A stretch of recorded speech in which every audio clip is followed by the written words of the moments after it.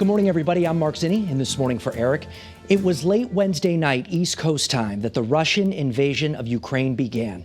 We knew it could happen, but it's hard to believe that it actually did happen. Here to talk more about it and why we all should be concerned is Congressman Joe Courtney of Connecticut's 2nd District. He's also a senior member of the House Armed Services Committee. Congressman, thank you very much for joining us this morning. We appreciate your time. Thank you, Mark. Glad to be here. Let me get your reaction, first of all, to what is happening in Ukraine. As I was just saying, we knew this could happen. It did happen, unfortunately. What are you hearing? So, we've been looking at intelligence since the fall. It has shown the troops massing at the border, as well as equipment that the only logical explanation would be that there was going to be a full-blown invasion. And we know that Putin has been really aiming to do this for years. I mean, he seized the Crimea Peninsula back in 2014, as well as there's been, a constant conflict in the eastern part of Ukraine over the last 8 years. 13,000 Ukrainians have lost their lives during that time period. He's somebody who, again, has been really itching to conquer Ukraine, which he feels is rightfully part of Russia, which is a totally out of touch, almost deranged view, given the fact that the people of Ukraine, by overwhelming margins, want to stay as an independent country and are a high functioning democracy and free market economy. Lots of Ukrainians here in Connecticut.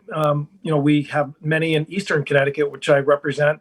I was at church in Willimantic last Sunday, and these are hardworking people who contribute to our state and who are watching this, obviously, with great anxiety. But look at anytime there's an invasion in Europe, which has been obviously one of the parts of the world going back to the 20th century that has really been riddled with conflict. To see this happening, as much as we sort of knew it was coming with the intelligence, is still stunning and shocking, as you said. And one positive thing is that the world, I think, the free world and the West, but also our allies and the Pacific have all come together to unite to punish Russia with very strong sanctions, and also are determined to help the Free Ukraine forces with military assistance. On that theme with these sanctions, obviously that has been something that President Biden has been talking about now for quite some time. Explain what that means exactly, because I think a lot of people all week long we've been covering these stories are wondering, are we doing enough? Is NATO doing enough? But is the focus right now to just kind of go after their financial center, their banks and things of that nature? So, clearly what's happened in the last few days is that obviously the NATO, EU, US countries have all banded together to basically isolate Russia's economy. And if you look at the damage that's been done to the Russian currency, the ruble has dropped to record lows. Its stock market lost half its value in 24 hours. Oil brokers won't touch Russian oil right now because they can't do any transactions because of all the restrictions that have been put in place. So, clearly that's the goal is to really inflict real fast pain to Russia. But in terms of military assistance, a lot of Stingers and Javelin missiles came in over the last really 60 to 90 days. I was on a call with the Ukrainian ambassador this morning. They need more help. And I think we're going to find ways to resupply, those weapons, which can really have a big impact on Russian helicopters and Russian tanks. And we've seen that actually in day one, which did not go that great for Putin.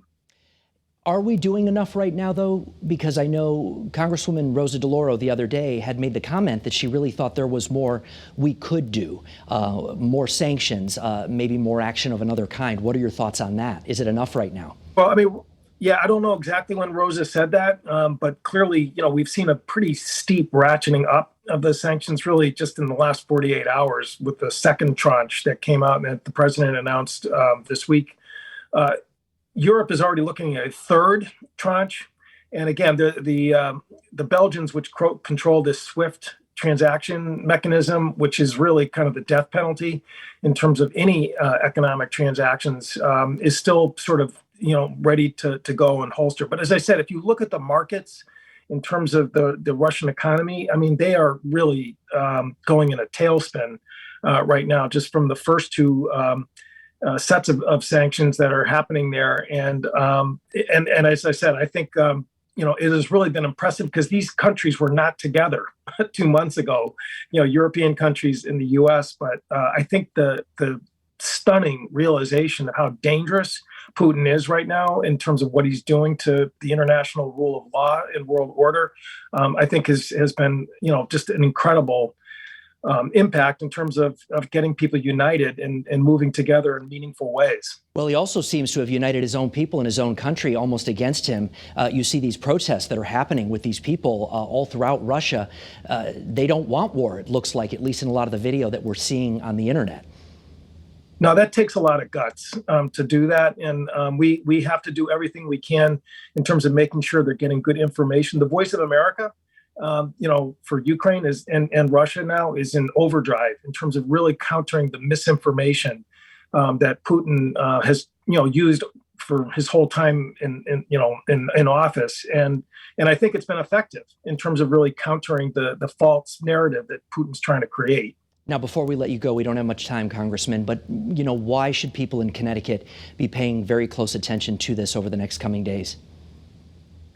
Well, obviously, we have a stake in terms of, having rule of law. I mean, that is really what has driven, I think, prosperity for our country and for our allies, really since the end of World War II. And this is really, I think, the biggest threat to that sort of architecture, both in terms of, our trade systems, our economic systems, and as well as our systems of national security. And I think, again, NATO is coming together like it's supposed to, and we have stepped up both boots on the ground as well as placement in Poland and the Baltic Republic. So it's again, I think U.S. leadership is definitely on full display again.